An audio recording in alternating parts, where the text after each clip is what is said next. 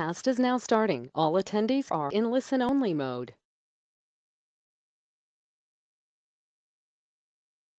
Hi, this is Julia Talbot calling. I am representing the Department of Family and Support Services to talk about the Reentry Kennel Cleaning Transitional Jobs Program. Joining me is Thomas Mose, who's also a helper, and like I sort of we are part of the administrative aspect of the webinars and the RFP process around here. This webinar, under more regular circumstances, would be led by Mark Sanders, who does our workforce, is the Deputy for Workforce and Human Services here at DFSS. He has been delayed, and so until he gets here, it will be me. We'll be talking about the Reentry Kennel Cleaning Transitional Jobs Program. The release date on this was September 28th, and the due date is November 4th. Here we are at the webinar. The webinar, the format of the webinar is that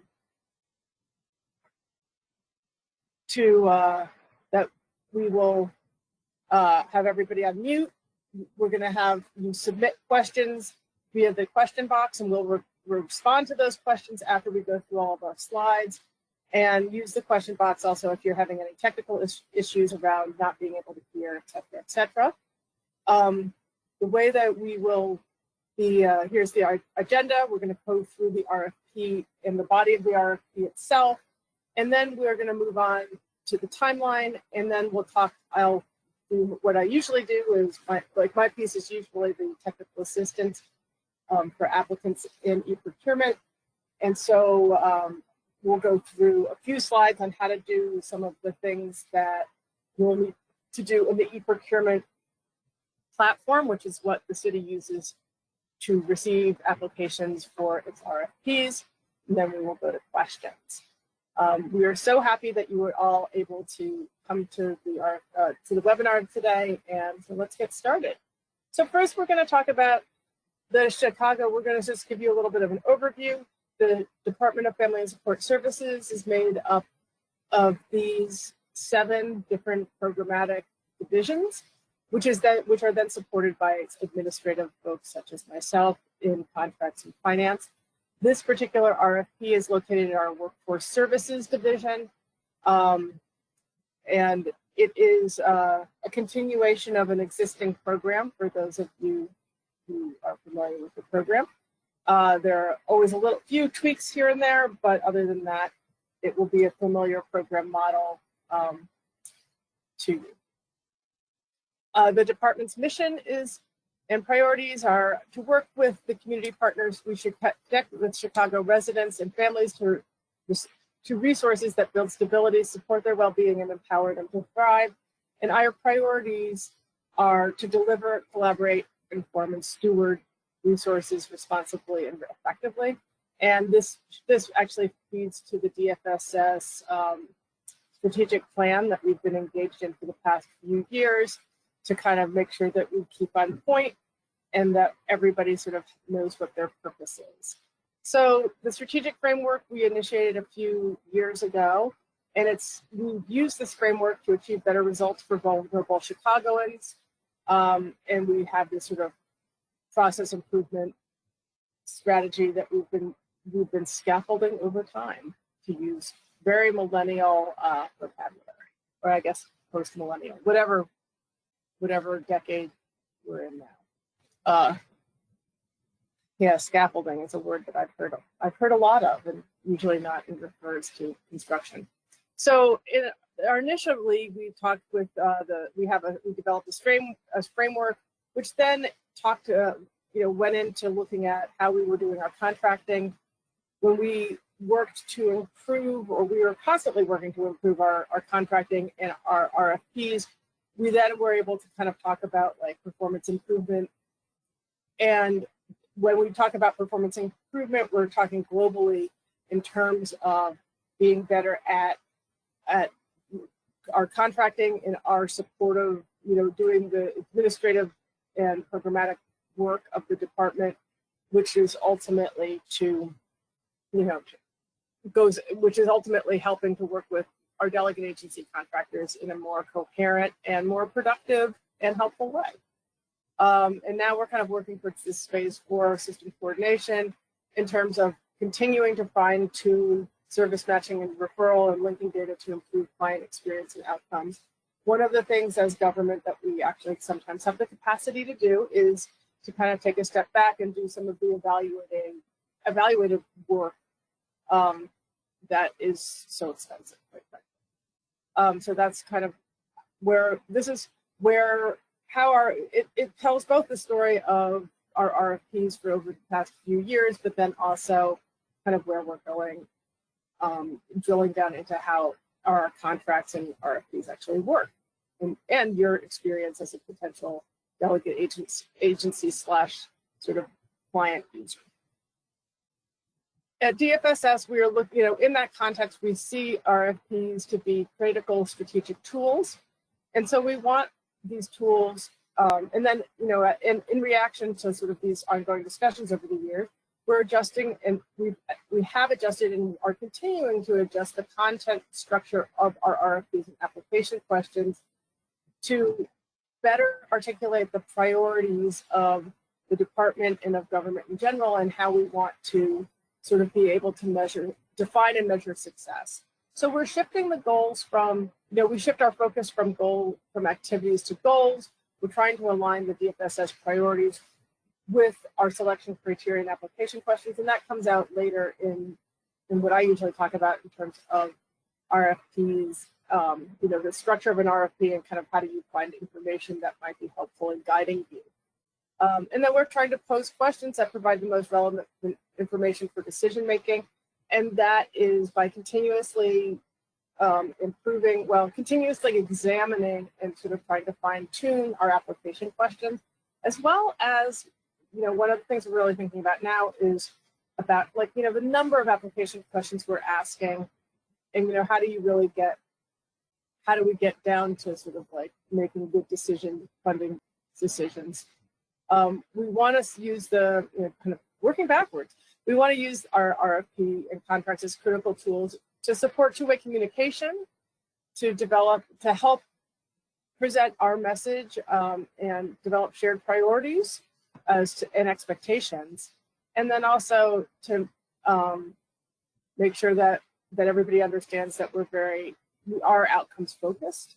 We are looking for measurable activities, and how do we define success, and what does success how is success defined for the work that we do, which is quite frankly sometimes tricky to figure out. How do you define success beyond you move X number of people from this to that,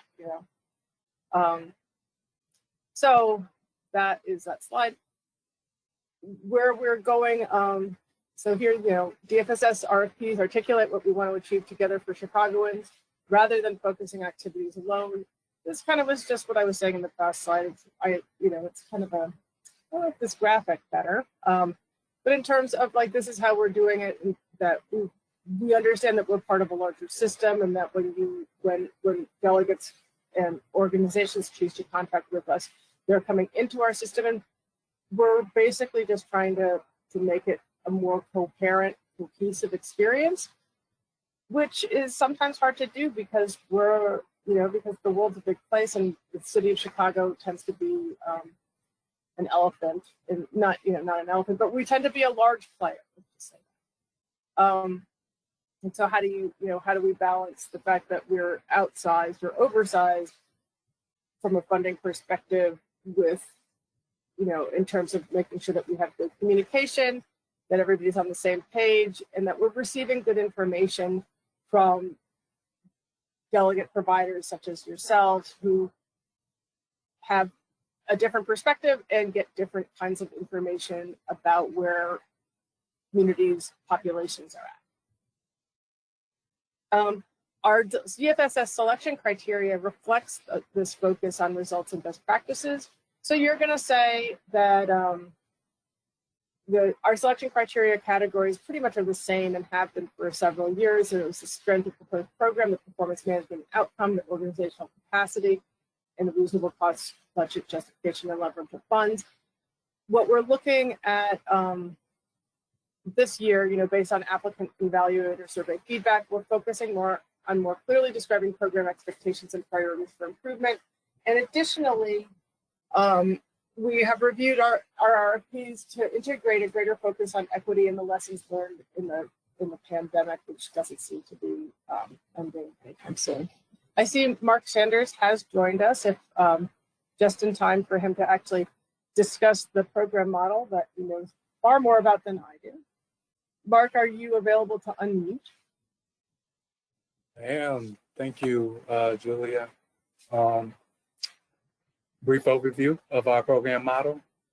The Reentry Kennel Cleaning Transitional Job Program model is built in partnership with the Chicago Animal Care and Control.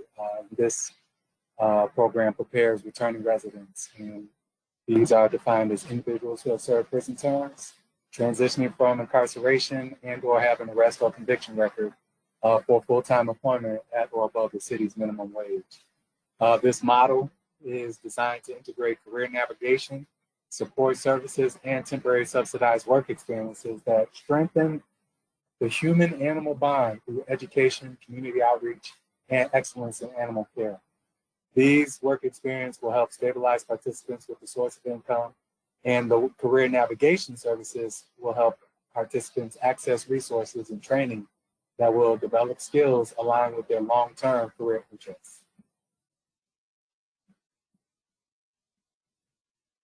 So the purpose of this RFP and the program is to combine those elements of a traditional transitional job with those intensive support and job readiness training services. And so we want to train and employ returning residents with work experience at the shelter located in the Pilsen neighborhood. And so what the Animal Care and Control Center, they experience a large volume of animals at the shelter. And so these work assignments are designed to provide deep cleaning and sanitizing services for the CACC. And within their 7 dog pavilions, and augment their ability to provide a clean and healthy environment for the animals while providing those same participants with valuable job skills. The job training opportunities are pretty consistent, but they're also dependent upon the needs at the shelter. So if anything changes with the work schedule, you'll be informed by the Department of Animal Care and Control, but there's a consistent need weekly and sometimes on the weekend. And so we're looking to partner with one community-based organization to manage this program for returning residents. And so we would like for this organization to have expertise creating career pathways for returning residents, experience serving returning residents successfully with strong performance outcomes, as well as currently funded workforce programming options for vulnerable residents in the city of Chicago. We'll talk about why those current funding options are important as well. Next, thank you. And so the goal of the program is to, again, support and connect returning residents to career navigation and supportive services and temporary subsidized jobs that will stabilize participants with a source of income, help them identify and overcome their barriers to employment, and ultimately prepare them for full-time permanent job opportunities with wages at or above the Chicago's minimum wage. And so one of the target population right now is for individuals, returning residents with nonviolent criminal offenses, unemployed, underemployed, limited work skills. All individuals must be 18 years old or older, City of Chicago residents, and authorized to work in the United States. The program is also open to veterans and individuals with disabilities who meet those eligibility criteria. Again, this program combines that transitional job with intensive support and job readiness training services. We don't expect people to walk into the door ready to do all the things that are needed for this job or any other job, but the goal is to position them and support them in a way so that they can get that long-term support. The assignments will be will begin with deep cleaning and sanitizing services for the CACC, as well as other opportunities as they arise, depending upon the person's skill set and career interests. Next slide. Respondents will be required to provide transportation for work crews to each site. This could be in the form of the organization transporting participants to the work crew as a group, providing transportation to the individual so that they can make it to work on time, a variety of options for them. But the participants are expected at work from 7:30 a.m. to 12 p.m., 7 days a week. The availability for these hours are 7 days a week. And so it can be, it's 4 times 7, that's up to 28 hours a week. Persons can work every day. However, we want to make sure that there's enough participants, and we would like for the community-based organization to design and develop that schedule for their participants on what date they'll show up to work. But again, the need is from 7:30 a.m. to 12 p.m. Sunday through Saturday.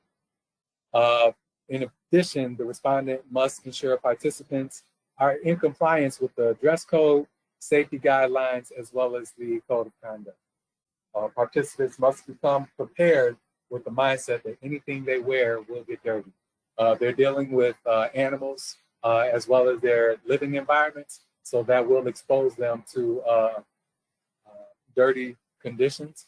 And so we don't want people dressed, we want people dressed appropriate. And there's more details inside the RFP about what those dress codes are and what the safety guidelines are.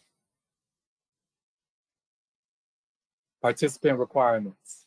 The goal is for participants, once they come into the program, they should come with the ability to work well independently as well as within a team. So they'll be assigned to different locations to work independently, sometimes without supervision. And so that's a need, but then also there will be group assignments. An ability to lift at least 15 pounds, to stand for long periods of time. The organization should do a background check for animal abuse or neglect, as this is required for each participant, whether they're a volunteer for the Chicago Animal Care and Control or whether they're part of this transitional jobs program. Everyone must do a background check for animal abuse or neglect. In addition, participants must wear the full uniform issued by their sponsoring agency. This could be a T-shirt that you all provide them. This could be just the set of standards that you identify with them on what they should wear. But then what's most important is that there's an ID badge of some kind, and this could be also determined with the Animal Care and Control, something that would signal to the general public that these are transitional job workers as well, but not affiliated with the Chicago Animal Care and Control. We just want to make sure there's a distinction between people that are there to work, and then also there's a lot of visitors in and out the facility. So we want to be able to distinguish who's who and provide the support as needed.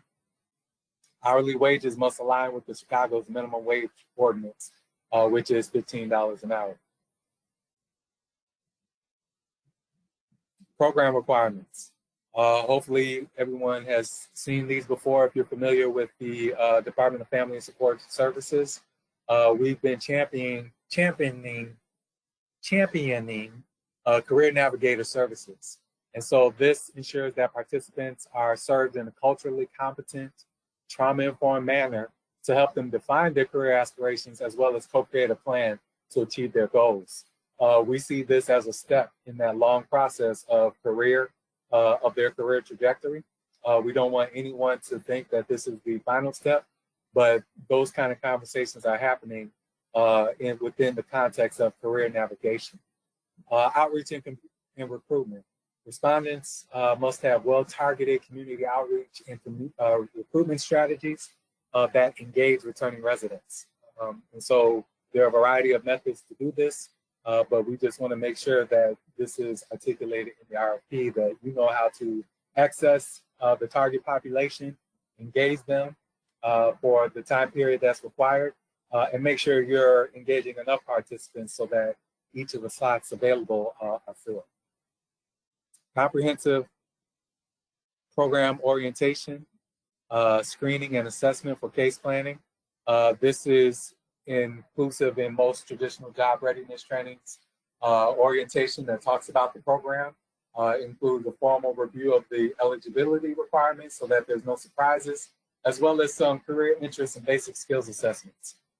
Some of the challenges that we've learned over the years is that people that aren't interested or unaware of what the requirements of the program or the job are, they're not as successful as those who understand clearly what's expected, what the next steps are, and how they can be successful in the program and beyond. Permanent employment placement services. What this means is that we want to make sure that once the transitional job opportunity is complete, there's some discussion, there's some engagement with local business partners for people that you have been working with who you now see as ready for the next step in their career trajectory. Also, follow-up and retention services. This is ongoing case management as well as follow-up activities post-employment to ensure retention and career advancement. Finally, we want to make sure that each delegate is engaged in participant feedback tool, has feedback tools where they're collecting information about the participant's experience, and they're using it to improve program outcomes. Next slide. Performance goals and outcomes. We will monitor and track a set of performance indicators that include number of participants enrolled, weekly attendance, number of hours worked each week, number and type of referrals made for supportive services, number and percentage of participants successfully completing the transitional job program.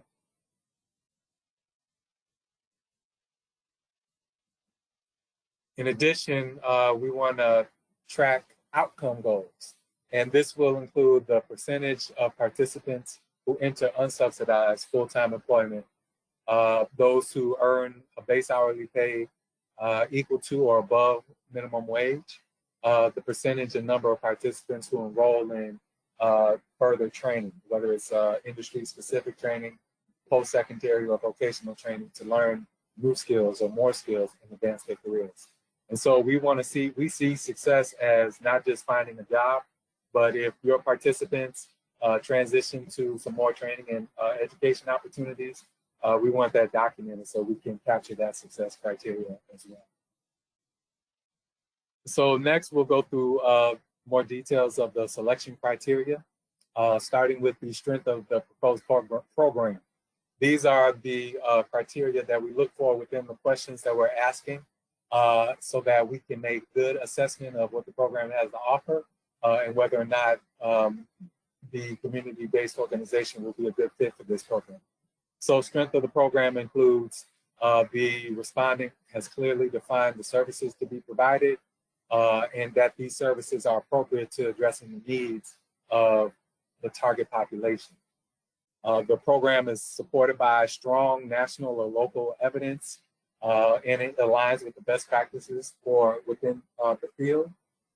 The respondent demonstrates a clear understanding of the challenges that are faced by the target population, in this case, returning residents, and that the applicant has an effective approach to identifying and retaining program participants. Again, we've emphasized this because this has been a need, making sure that the adequate number of people are there for the cleaning services and that they are retained in the program so that there's no gaps in services. And so finally, we want to make sure the applicant has a strategy to engage, involve, and solicit feedback from not just the participants, but from employers so that they are helping to ensure that participants in the program are transitioning to quality job opportunities. Performance, outcomes, and quality. In this section, the applicant is demonstrating evidence of strong past or current performance against desired outcomes. And so while you may not be running a program exactly like this, if you have a similar program, we want to see those success metrics. We want to make sure that you have relevant systems and processes in place to track and report performance on program outcomes, and that there's an approach on hand to use data to inform and improve your services or your practices. Again, the systems and processes are in place to store data. It's secure. Client information is secure, and you're able to use that to track performance data and outcomes. Organizational capacity.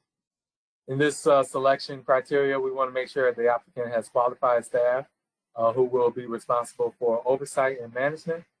We want to make sure there's adequate systems and processes in place to support monitoring program expenditures. There's adequate fiscal controls in place.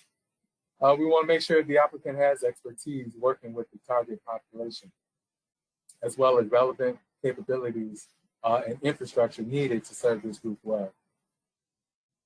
We want to ensure the applicant demonstrates a commitment to participants being paid at the city's minimum wage during this experience. And we want to make sure the organization reflects and engages the diverse people of the community it serves. Selection criteria for cost, budget justification, and leveraging of funds. To the earlier point of currently funded workforce training opportunities, we do prioritize applicants that have those systems in place. Their programs are already funded. They're already ready to go. We provide reimbursements to programming. So it's important to us that whoever is able to select it for this program, they're able to hit the ground running once the program begins. And so part of that is ensuring that they have the fiscal capacity to implement the program. The applicant conducts a yearly fiscal audit, and the applicant is leveraging other funds, in-kind contributions, et cetera, to support the total program and administrative costs. The term of contract executed under this RFP will be from January 1 through December 31, 2023. This will be, again, we'd like the program to hit the ground running January 1 of 22. And this program will go, this is a 2-year contract that will be in place through December 31st, 2023. The respondent is requesting to cover indirect costs. There's a formula that's outlined both in the RFP and in the budget documentations that you should use to cover those, to show your math as far as how those costs will be covered. And again, priority will be given to respondents that demonstrate within their proposal an ability to leverage other funding to implement the program.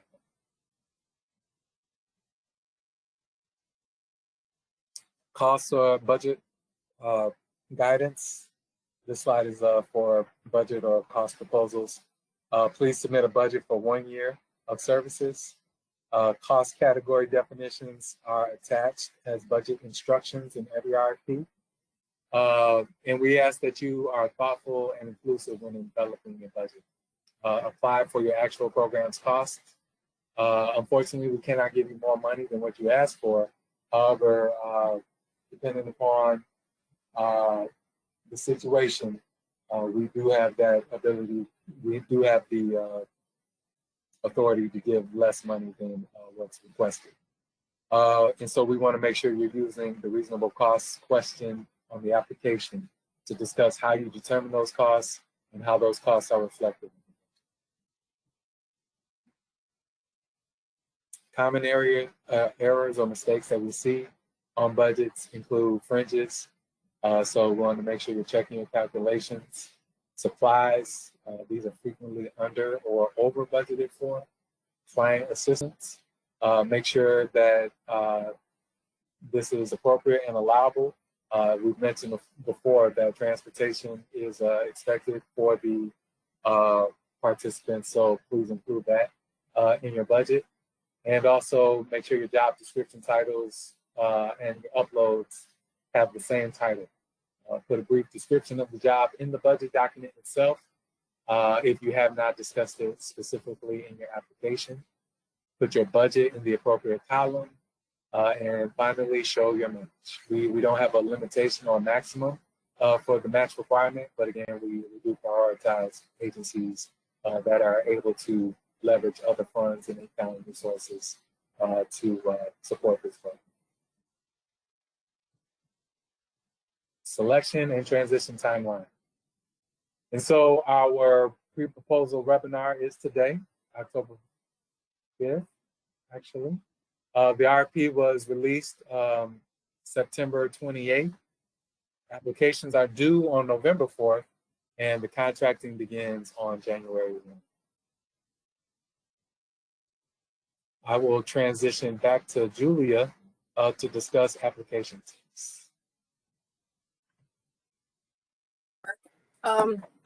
Yeah, sorry. The webinar is on the 5th, not on the 4th. I guess we're all living fast or slow again. I just wanted to go back a few slides when we were talking about some of these budget common errors. One of the things that we added when we say put your budget in the appropriate match, and then when we also say we can't give you more money than what you asked for, however, we can give you less. I think that the way to interpret, that advice, to best interpret that advice is that we do include the maximum amount that we have available for funding, and if that is the amount of your that you can use for your program, please apply for that full amount. As anybody who already has a contract or has worked with us before knows, what you submit as a budget proposal is frequently like fine-tuned, negotiated, amended to reflect the money that we have available, and just it's definitely a discussion point. But we recently had an instance where somebody applied for really an insignificant amount of money, and we thought that maybe they had made a mistake, and because they had applied, but they literally, like, I think it was like a $200,000 contract. They applied for $100,000, and it wasn't clear as to why they were getting to, why or how they were getting to that number. So we wanted to make sure that build out a budget for 12 months. That's going to be the most helpful. That's what we're going to be looking for, and then also make sure that ask for the money that you need. Don't ask for more money than you need, but don't undersell yourself. And then also put your budget in the appropriate column. I recently had an applicant who put all of their budget in the match column, which so by our review, they were applying for a program that was going to cost us $0, and they were going to match all the money. Those kinds of errors really cost all those different, these are multiple errors that, from different applicants, but they cost those applicants sort of the opportunity to really successfully compete for the contract. So just please check your work, call Mark, or if it's a really easy question, call me about, and make sure that your budget is something, is workable. As we say, like, if you apply for the full amount of the grant or the contract, we may give you that amount, but we're never gonna, if you apply for half, we're never gonna give you more than what you applied for. So now we're gonna talk a little bit more about how to make an application in e-procurement. E-procurement is basically it's the contracting platform that the city of Chicago uses to manage and to execute and manage all of its contracts. Applicants or vendors who wish to interface with the e-procurement system do so via iSupplier.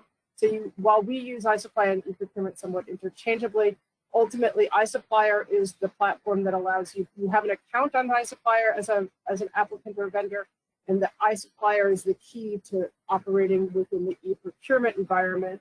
which is where our RFPs are, where our executed contracts are, where you would voucher for stuff. If you haven't done business with the city of Chicago, please register into iSupplier as soon as possible. It's a pretty painless process, but sometimes it does take a few days because you set up an account and then we send you an email back, and that allows you access into the system.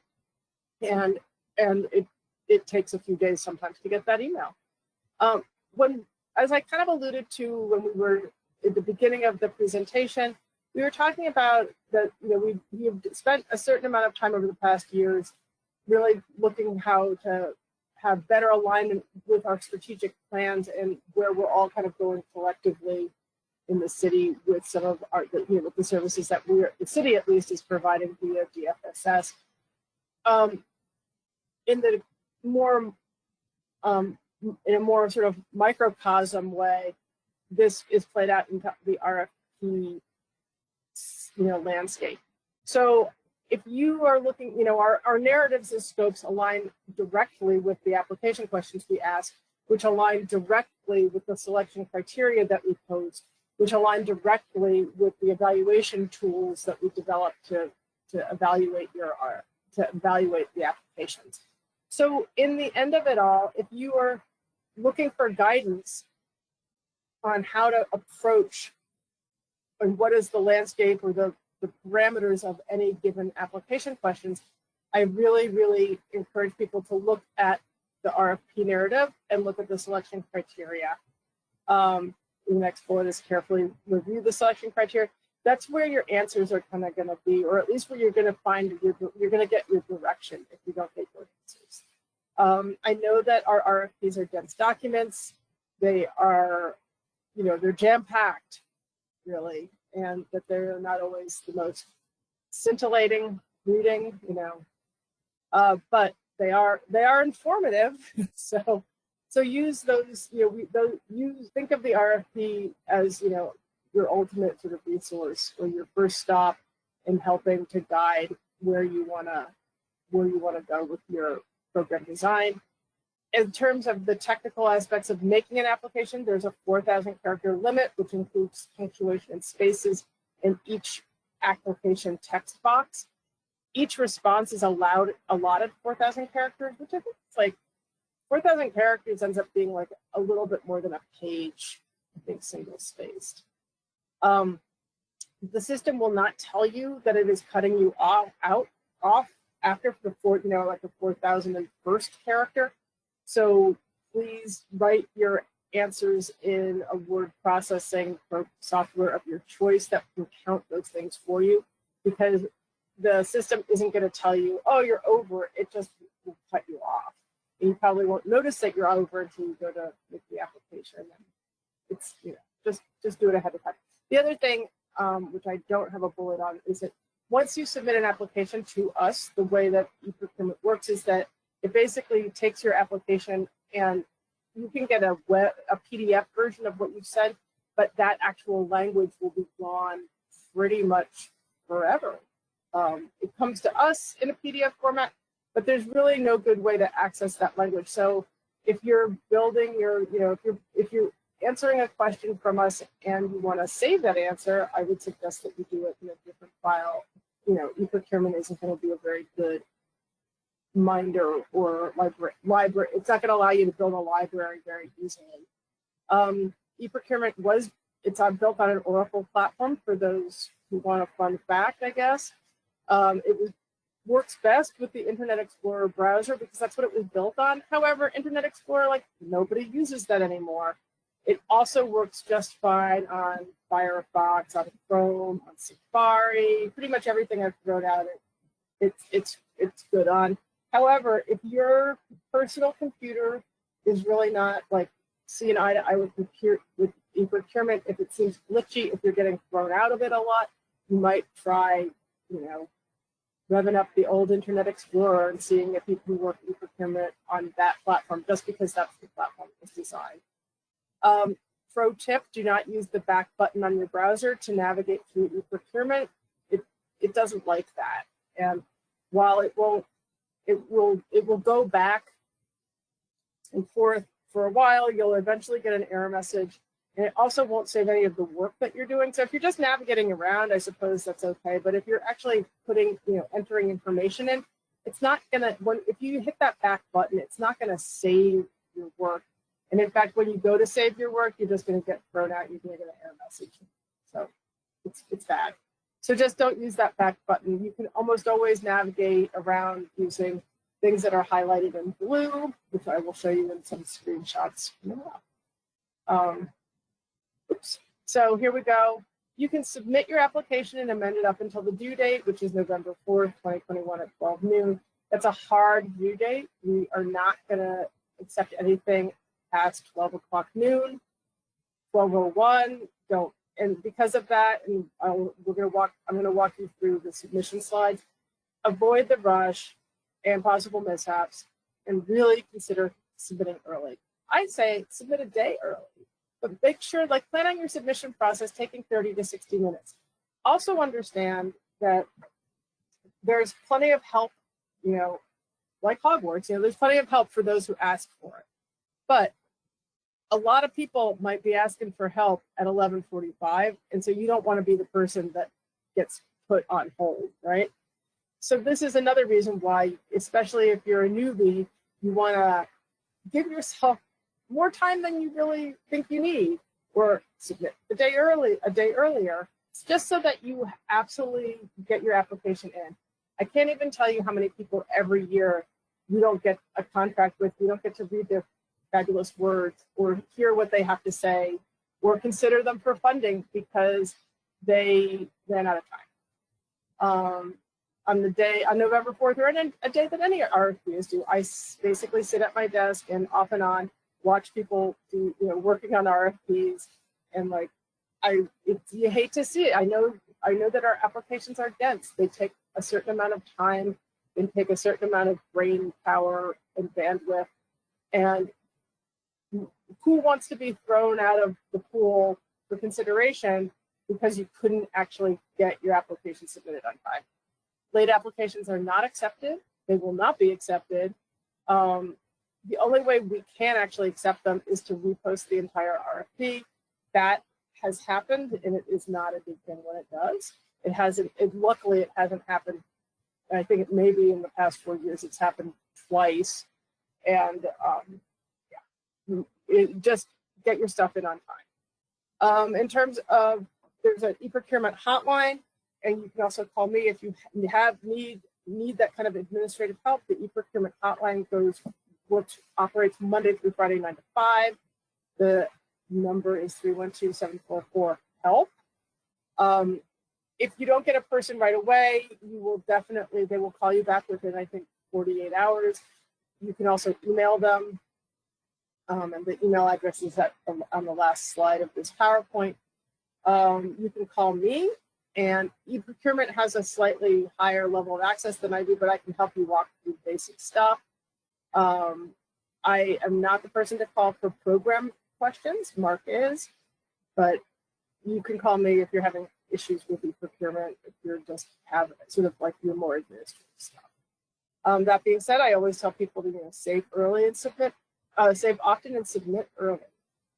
The other thing was, so you can submit your application prior to November 4th, and then if you want to suck it back and do some more work, that's actually a function in e-procurement. So if you're worried about getting in your application by the deadline, I think worst case scenario, an incomplete application is better than no application, right? So I encourage people to submit their application and then suck it back if that's kind of what works for you. But really what I really encourage is people submitting their application the day, or at least early in the day that it's due, or just the day before. So now we're going to talk about how to accept an amendment. We frequently do amendments, if nothing else, than to post people's questions from the webinar. As part of this, almost every RFP is going to be amended, unless there are no questions. And that has happened occasionally. Or the questions are things like, when is the due date? So in this particular case, we're going to go through some screenshots on how to accept an amendment. So if your RFP has not been amended, you would just go to this actions item and do a create quote and hit go.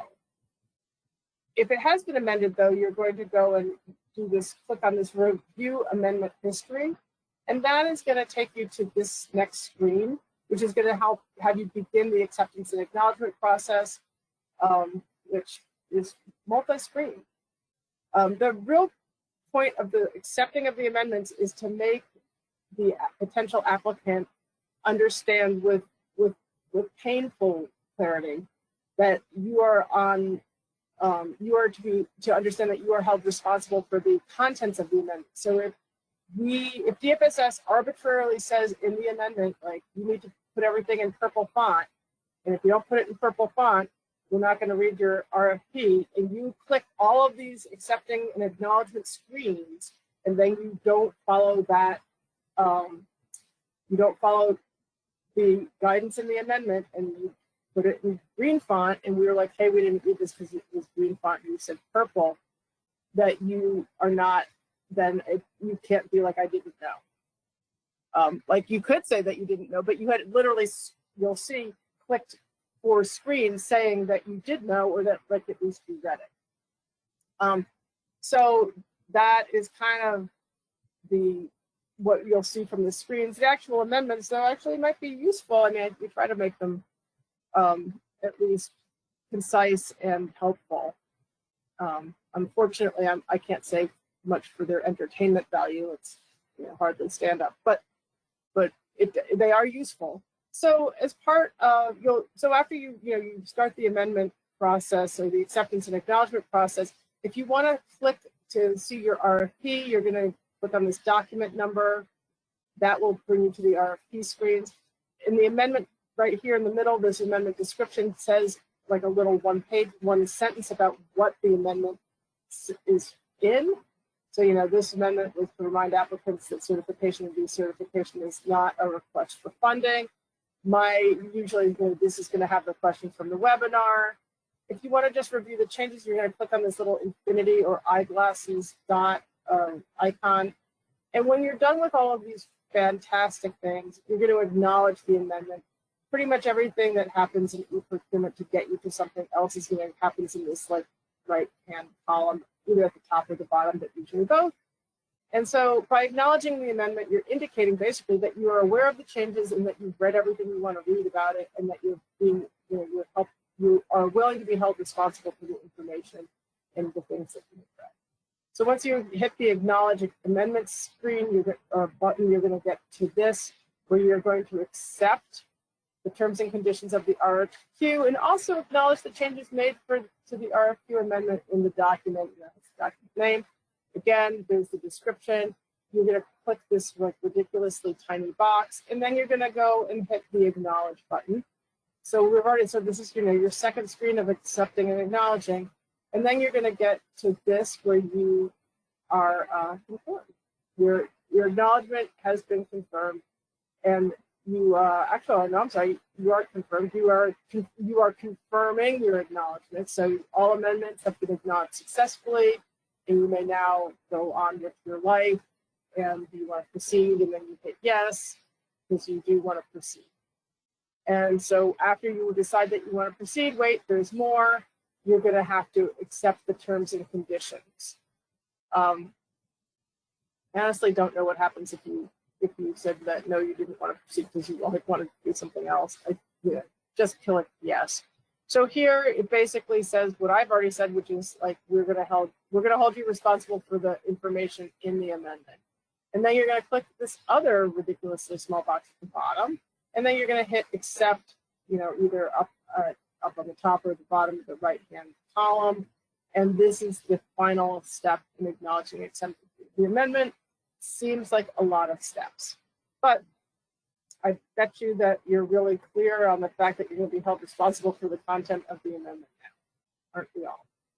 So that is what, so don't be surprised. We often post amendments. If you're midway, you've already started your application, the accepting of the amendment will suck all of the stuff from the application that you had started into the amended RFP's application. So no work will be lost. Nothing will need to be created. If you haven't started if if you have not started an application prior to the amendment being posted, then this is how you get to that screen to start the amendment. You know, that create a quote bar that I showed you in the first screenshot. Now I'm going to talk a little bit about how to submit an application. As I said, you know, start early, save often, start early, save often, submit early. And so when you're ready to submit your RFP, you're at one, you've said everything you want to say, you're up with the dress code. You're going to save your draft one more time because I compulsively save everything all the time. Why wouldn't you? And then you're going to hit continue. When you hit continue, it's going to trigger e-procurement to kind of do a scan of your whole RFP package and then provide these terrifying yet helpful error messages. So when I've gone and played around, like I can get like 5 of these going. So don't be surprised or alarmed if you get more than one error message. Hopefully by going to this webinar and seeing the screen that when you go to actually make a submission, if you get 3 of them, it won't cause you to have like a complete heart attack. And now we're going to look at 2 of the most common ones. So here, the error says you must quote on at least one line in the RFQ. And you'll notice this is very common. You know, error message is usually direct to something left undone in the application. In this case, we don't, we have people do cost proposals or we have them submit budgets, but e-procurement does have these lines that need to be filled out. You don't look at them for the purposes of making a funding decision. So you can really put whatever number you want in them. But if you don't put a number, you'll get this message saying you must quote on at least one line in the RFQ. If you'll notice right below this error message, there is this little tab that says lines. You click on the lines, you'll put in numbers. You can put in the numbers from your budget. You don't have to. It's really up to you. We're not going to look at this lines to make a funding decision. We're going to look at the budget that you uploaded to us to make the decision. But that is by far the most common error message that people are going to get. The second one here is a quote value is required for requirement first name. In this example, the error is about an unanswered question, hence a requirement, because that is e-procurement speak for question. And quote value is their e-procurement speak for answer. Remember the quote value? It's capped at 4,000 characters, including punctuation spaces. So in this case, it's saying like, hey, the question, which is in the question entitled first name, which is fairly self-explanatory, you need to put in something. So you would just, in this case, just go in and put in the first name of the person whose first name should be in here, either the applicant or whomever. So those are the 2 most common errors that you might get. If you get them and you forget all of this, feel free to call me or call the e-procurement hotline, and we're happy to walk you through it. So after you have done, basically resolved all of your error messages, you're ready to submit and proceed and submit. At this point, when you click continue, your application is going to be in the review and submit phase. When you're in the review and submit phase, you can see here, there's like this saved draft. You can save it one more time. You can get a printable view, which is a PDF in the RFP format. So it's going to look kind of like the application sheet that you filled out in e-procurement, and it will give you a PDF of all of your answers. And it's going to basically give you the opportunity to review your entire RFP application prior to submission. So it's kind of like one big scrolly thing. So in the next slide, you're going to see this is your last chance to review your data and confirm it's accurate. You can see this is where your attachments would go. These are your requirements with the different answers that you have, quote values, the quote values that you have, and you can make sure that, oh, this is the right address, phone number, et cetera, et cetera. It will go all the way down, and you can see this is the right answer to question about how are you going to ensure diversity, or any of the number of other things that we ask. And so this is your opportunity to review it. When you get to the bottom of the screen, you're going to be asked to provide an electronic signature. So even though these tiny boxes, I don't understand why they didn't put these boxes. This just might be. Even though it's on the top, you need to put in your name and then your title and then click the box. If you click the box first, you're going to get an error message because it wants you to put your name and title in first before clicking the box. If for whatever reason, eProcurement thinks that that's important. So that's just a pro tip there. Put the name and the title first, then click the box. And then you'll see, I couldn't fit it on the screen, but then after you do that, you can submit. And here it is, this cancel back validate safe draft printable view. And there's submit. So you just hit the submit button, and then you will have actually submitted. So after you will know that you have submitted because you'll see this submittal confirmation screen. The eProcurement system will send you a confirmation email within 24 hours of your submission. That often ends up in people's spam or their junk files. If you want, this is a great time to call or email me if you want me to give you confirmation. I can see that you've applied, that your application is in the system exactly when you do it. So the minute it's in the system is the minute I can see it, and I am more than happy to confirm, send you a screenshot, whatever makes you feel that you feel good that you in fact have applied. And so that really concludes what I have to say about eProcurement. We're ready for questions. I would have to say I don't see, I would have to, Tom, are there any questions that we want to go over? No, no one submitted any questions. That's why we're not having any show up right now. So yeah, let's see if there's, we'll give it a few moments for questions. And if you have program questions, you're going to talk to Mark. Here's his information. If you want non-programmatic or administrative questions, you can talk to me, or you can call the eProcurement hotline. And those, you can call or you can email customer support at citychicago.org. And that, we all try to get back to you as quickly as possible.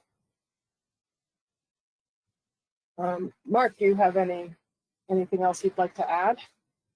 Nope. Thank you everyone for joining.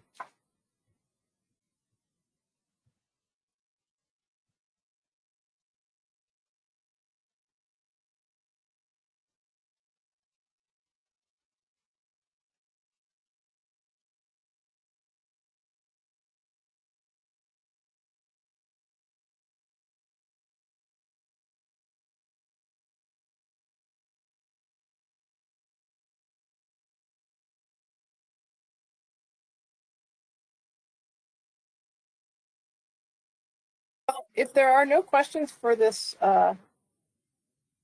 for this, then I think that we will say, I hope that you enjoy the rest of your Tuesday. I can't thank you guys enough for attending this webinar, and we are so looking forward to receiving your applications. Remember, the due date is November 4th, 2021 at 12 noon. If you have any other questions, feel free to reach out to Mark. And again, administrative stuff, reach out to myself with the hotline. And enjoy the rest of your days.